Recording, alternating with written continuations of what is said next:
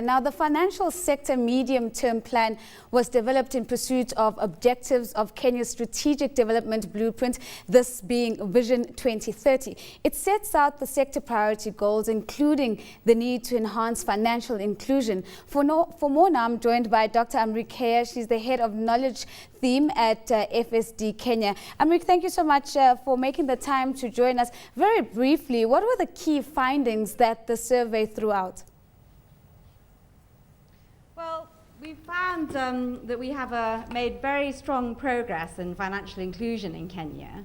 It's gone up to 67% this year, which is nearly at the same level as South Africa. We are still, that's also combated a lot of our exclusion in Kenya, down from, which was 19% in 2006, now, sorry, 19% in South Africa, 25% in Kenya. So we're very much, we're very pleased with the results of the survey because they demonstrate that financial inclusion in Kenya is really making strong strides, and it's putting us second on the African continent. Amrik, what would you attribute this positive gain to? Well, I would say that it's mainly driven by mobile financial services, by digitization.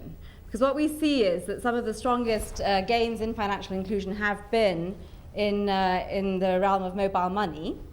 We're still not quite where we would want to be in terms of full financial intermediation. So as you know, Kenya's M-Pesa has made a huge impact in the country in terms of in allowing Kenyans to access formal financial services. Many Kenyans have only M-Pesa, which is still not quite where we want to be, but it has really broadened our outreach very substantially, with 63% of Kenyans reporting that they do use M-Pesa. How does this compare with traditional banks? How does this How does this compare with the use of traditional banks, the access through mobile technology? How does this compare with traditional banks? Well, mobile technology, first of all, it's available on your phone in your living room. So we have managed to overcome a lot of the issues relating to geographical barriers to access. People can now access, through their mobile money account. They're ubiquitous mobile money agents next to people's doorsteps. In urban areas, over 80% of the population are within walking distance of a mobile money agent. That's slightly lower in rural areas, but still it's brought financial services much nearer to people's homes.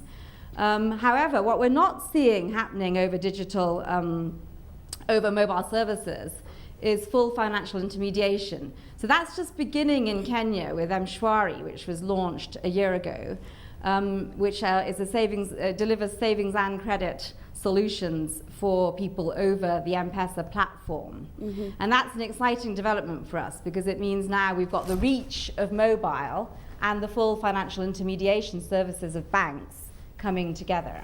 Let's perhaps take it down to the household level. What did the survey reveal about who's making the decisions that pertain to the finances in the home?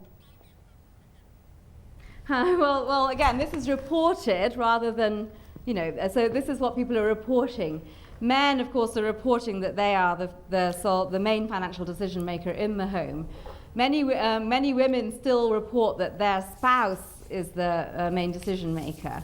So, I think we have to be a little bit careful about these findings because, of course, men and women's financial worlds are still very separate. Women are still making a lot of financial decisions about their own income sources and their own livelihoods, independent of men.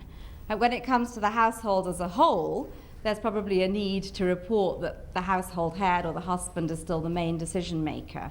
I don't think that quite reflects the reality, however. We've got a lot of businesswomen in Kenya, etc., running their own businesses as well. Amrik, thank you so much for those insights, and must be really interesting that I think both you and I share the sentiment that most likely the women are making those decisions, but we'll see what the survey says next year. Of course, that was